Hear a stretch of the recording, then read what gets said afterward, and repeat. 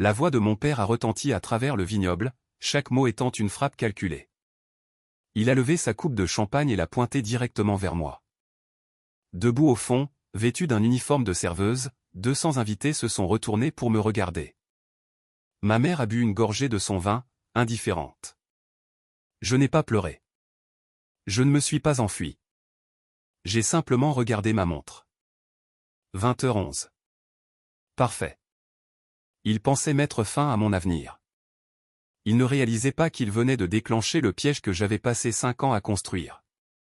Avant de vous raconter ce qui s'est passé ensuite et comment j'ai légalement expulsé mes propres parents de leur manoir de 14 millions d'euros en moins de 10 minutes, laissez un commentaire pour me dire, avez-vous déjà été sous-estimé par votre propre famille? Je veux lire vos histoires.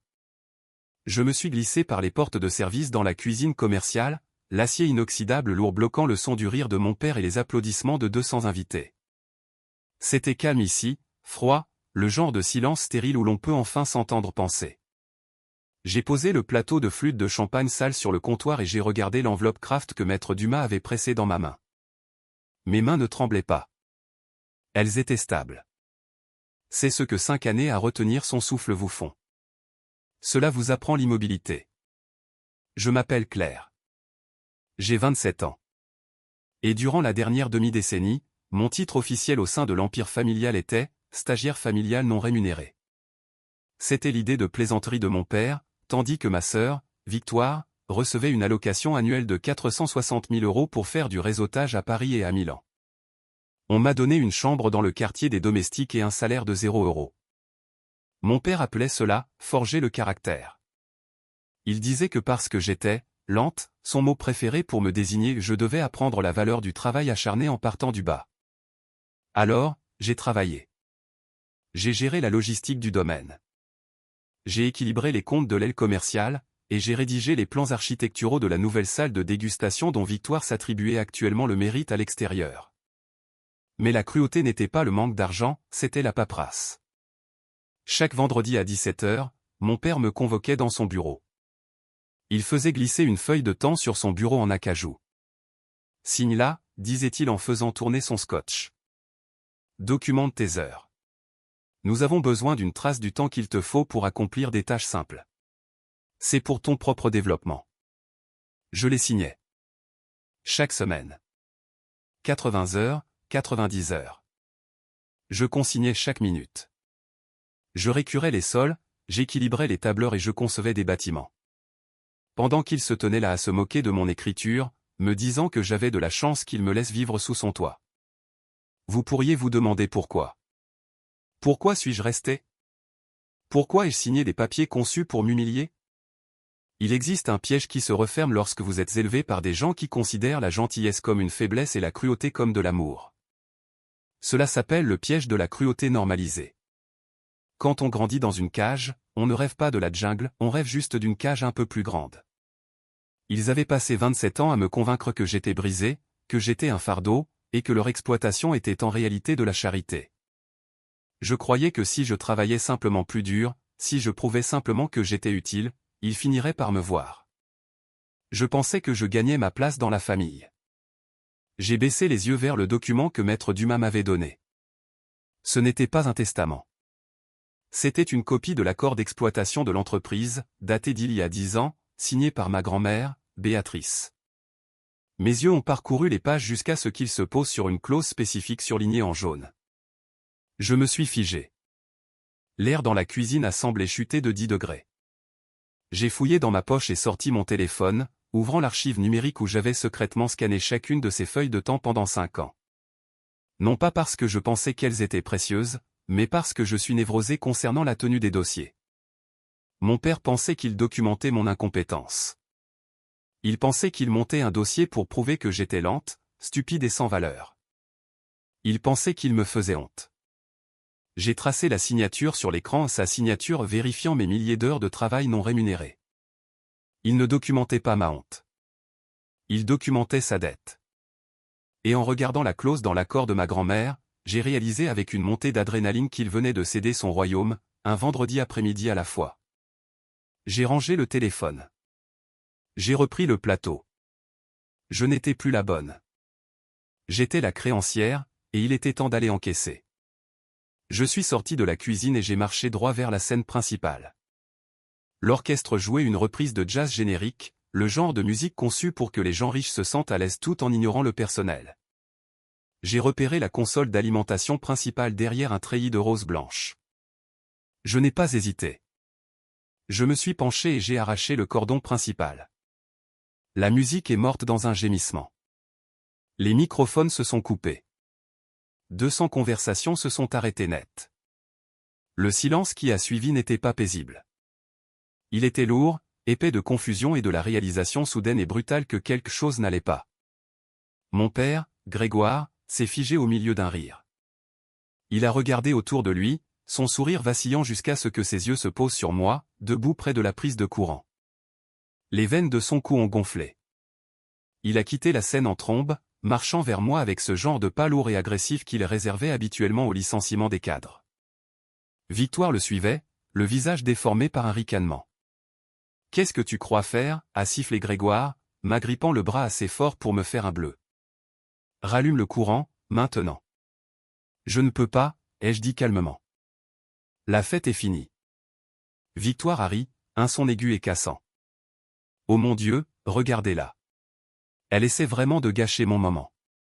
Es-tu jalouse à ce point, Claire ? Ce n'est pas parce que papa a enfin admis que tu es une perte d'espace que tu as le droit de faire un caprice. Ce n'est pas un caprice, ai-je dit. C'est une expulsion. Ignorez-la, a annoncé Grégoire aux invités proches, sa voix montant dans ce ton faussement jovial qu'il utilisait pour limiter les dégâts. Ma fille fait un de ces épisodes. S'il vous plaît, tout le monde, prenez un autre verre. Nous allons gérer cela. Il s'est penché près de mon oreille, son haleine sentant le scotch coûteux et la pourriture. Tu veux jouer à des jeux ? Très bien, jouons. Je n'allais pas te le dire avant lundi, mais puisque tu agis comme une lunatique, tu devrais savoir. Nous avons déjà signé les papiers. Quels papiers ? La tutelle, a-t-il chuchoté, les mots glissant comme un couteau. Nous t'envoyons à la clinique des Cèdres Bleus la semaine prochaine. Soins de longue durée. Clairement, tu es mentalement instable. On ne peut pas te faire confiance pour vivre seul. Et on ne peut certainement pas te faire confiance autour de gens normaux. Mon sang s'est glacé. La clinique des Cèdres Bleus n'était pas un établissement de soins. C'était un entrepôt pour les proches gênants des riches. Il ne faisait pas que me mettre à la porte. Il prévoyait de m'enfermer, de me réduire au silence, de m'effacer complètement pour ne plus avoir à regarder leur échec. Vous allez m'institutionnaliser, ai-je demandé, ma voix étant à peine un murmure. C'est pour ton bien, a ajouté ma mère, apparaissant à son coude, ajustant son bracelet en diamant comme si nous discutions de projets de dîner. Tu es manifestement souffrante, Claire. Regarde-toi, en train de faire une scène. Seule une personne malade ferait cela à sa propre sœur. Ce fut le moment où le dernier fil a cassé. L'ultime fibre microscopique de loyauté que je gardais pour ces gens s'est désintégrée. Ce n'était pas ma famille. C'étaient des prédateurs. Et on ne négocie pas avec des prédateurs. On les neutralise. Tu as raison, ai-je dit, libérant mon bras de sa prise. Je fais une scène, mais vous n'avez encore rien vu. Je me suis retourné et j'ai marché vers la scène. Le microphone était mort, mais ma voix n'avait jamais été aussi forte. Je suis monté sur la scène et j'ai rebranché le cordon d'alimentation principal. Un Larsen strident a déchiré l'air, obligeant 200 invités à se boucher les oreilles. C'était un son laid, violent et brut, mais il a fait le travail. Les murmures se sont arrêtés, les rires sont morts. J'ai tapoté le microphone 2 fois. Boum. Boum. Mesdames et messieurs, ai-je dit, ma voix résonnant à travers le vignoble avec une clarté qui a fait tressaillir ma mère. J'ai besoin de votre attention. Cet événement est officiellement terminé. Grégoire s'est figé au bas des escaliers de la scène, son visage étant un masque de rage violette. Coupez le micro, a-t-il hurlé au technicien du son, qui regardait frénétiquement entre nous, ne sachant plus qui signait son chèque de paie. Je ne fais pas une dépression nerveuse, ai-je dit en regardant la mère de costumes de créateur et de robes en soie. Je mène une transaction commerciale, et en ce moment, vous êtes tous en violation de propriété. Descends de cette scène, a crié Victoire, relevant sa robe de haute couture pour se précipiter vers les escaliers. Tu gâches tout. Je n'ai pas bougé. J'ai simplement ouvert le dossier que Maître Dumas m'avait donné et j'ai brandi le document à bordure bleue pour que le premier rang puisse le voir. Depuis 27 ans, mon père vous dit que le domaine de Hauterive est son héritage. Il a menti. Il y a 10 ans, ma grand-mère, Béatrice, a divisé cette propriété en 2 parcelles légales distinctes, l'aile résidentielle où dorment mes parents, et l'aile commerciale les vignobles. La salle de dégustation est cette pelouse événementielle spécifique où vous vous tenez actuellement. J'ai baissé les yeux vers Grégoire. Il avait cessé de bouger. La couleur quittait son visage alors que la réalisation le frappait comme un train de marchandises. Il était au courant de la division. Il n'avait simplement jamais pensé que je verrais l'acte de propriété. Selon cet accord d'exploitation, ai-je continué, ma voix froide et plate, la propriété de l'aile commerciale est transférée automatiquement à l'actionnaire majoritaire de la fiducie familiale. Et grâce aux documents de travail non rémunérés que mon père vient de passer 5 ans à vérifier avec sa propre signature, cet actionnaire majoritaire, c'est moi. Un hoquet de surprise a parcouru la foule. J'ai vu les investisseurs au premier rang chuchoter, sortant leur téléphone. Ils comprenaient les prises de contrôle hostiles. Ils comprenaient l'effet de levier. En tant que seul propriétaire de ce lieu, ai-je annoncé, je révoque par la présente le permis pour cet événement en raison de graves préoccupations en matière de responsabilité concernant la compétence de la direction actuelle. Vous avez 10 minutes pour quitter les lieux avant que j'autorise l'évacuation de tout le personnel non autorisé. Tu ne peux pas faire ça, a rugi Grégoire, se jetant vers les escaliers. C'est ma maison. Sécurité. Faites-la descendre. Sécurité, ai-je répété dans le micro. Veuillez faire sortir les intrus. Il s'est retourné, s'attendant aux habituels gardes âgés du portail du domaine. Au lieu de cela, 5 hommes en uniforme tactique noir sont sortis de l'ombre du treillis. Je ne les avais pas engagés auprès de l'entreprise locale. Maître Dumas les avait fait venir d'une agence de protection privée de Paris. Ils se déplaçaient avec la précision silencieuse et lourde d'un orage. 2 d'entre eux se sont placés devant la scène, bloquant Victoire et ma mère. Les 3 autres ont formé un mur entre Grégoire et les invités. 10 minutes, ai-je dit en vérifiant à nouveau ma montre. Je vous suggère de prendre vos sacs cadeaux. C'est une longue marche jusqu'à la route principale.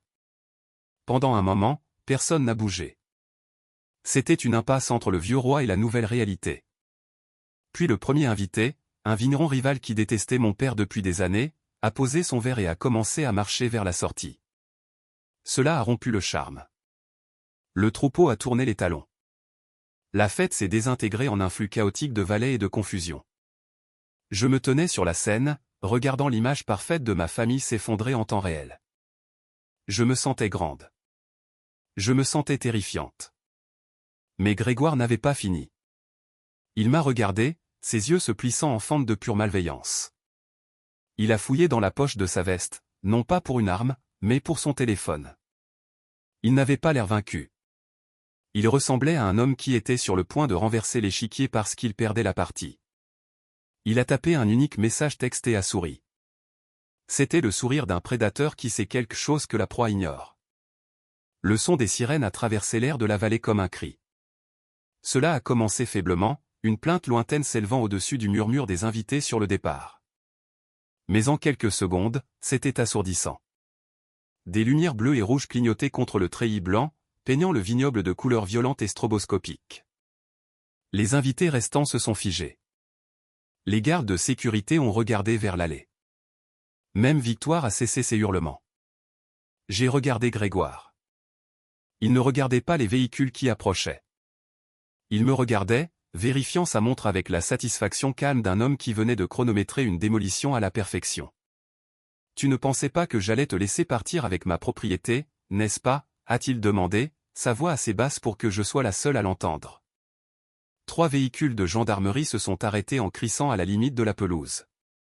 Les portières se sont ouvertes à la volée. Des gendarmes en uniforme se sont déversés, leurs mains reposant près de leurs étuis. Se déplaçant avec l'urgence agressive d'une descente à haut risque, je m'attendais à ce qu'ils se dirigent vers Grégoire. Je m'attendais à ce que Maître Dumas s'avance et explique la violation de propriété. Je m'attendais à de la logique. Au lieu de cela, le gendarme principal m'a pointé directement du doigt. « Claire » a-t-il crié, contournant entièrement mon père. Éloignez-vous du podium et gardez vos mains là où nous pouvons les voir. Mon estomac s'est noué. Quoi? Je suis la propriétaire. Descendez, maintenant. J'ai descendu les escaliers, mes jambes semblant appartenir à quelqu'un d'autre. 2 gendarmes m'ont saisi les bras avant même que mes pieds ne touchent l'herbe. Ils m'ont fait pivoter, forçant ma poitrine contre le côté de la scène. Vous êtes en état d'arrestation pour vol qualifié et espionnage industriel, a récité le gendarme, le métal des menottes cliquetant fermement contre mes poignets. Nous avons une déclaration sous serment concernant le vol de 46 000 € de réserve de 20 millésimés et le vol de secrets commerciaux exclusifs. Vol? Le mot résonnait dans mes oreilles, absurde et terrifiant. J'ai levé les yeux et j'ai vu ma mère debout près du treillis, agrippant ses perles, jouant à la perfection le rôle de la victime dévastée. Victoire enregistrait tout sur son téléphone, un sourire en coin jouant sur ses lèvres. Et Grégoire. Grégoire marchait vers les gendarmes, secouant la tête avec une performance de lourd chagrin paternel. « Je suis tellement désolé, messieurs », a-t-il dit assez fort pour que la foule persistante l'entende. Nous avons essayé de gérer cela en interne. Nous ne voulions pas impliquer les autorités. Mais quand elle est devenue violente, quand nous avons réalisé combien elle avait pris. Vous avez déposé le rapport ce matin, ai-je réalisé en le fixant. Il est entré dans mon espace personnel, assez près pour que les gendarmes pensent qu'il me faisait des adieux larmoyants. Il s'est penché, ses yeux dépourvus de toute humanité. Bien sûr que je l'ai fait, a-t-il chuchoté. Pensais-tu vraiment que je laisserais mon héritage sans protection contre une petite fille jalouse et incompétente? Je savais que tu préparais quelque chose. Je savais que tu essaierais d'utiliser tes petits codes d'accès pour nous nuire. Il a tapoté mon épaule pour le bénéfice du public. Tu vas aller en prison, Claire, a ricané Grégoire. Tu vas te noyer dans les frais juridiques pendant que je reprendrai tout ce que tu pensais avoir gagné. Il a souri comme un loup montrant les dents. Pendant un instant, je l'ai cru. 5 années de travail non rémunéré, des semaines de 80 heures, à essayer de prouver que j'étais digne, seulement pour être piégé par l'homme pour qui j'avais bâti l'entreprise. Les gendarmes se sont rapprochés.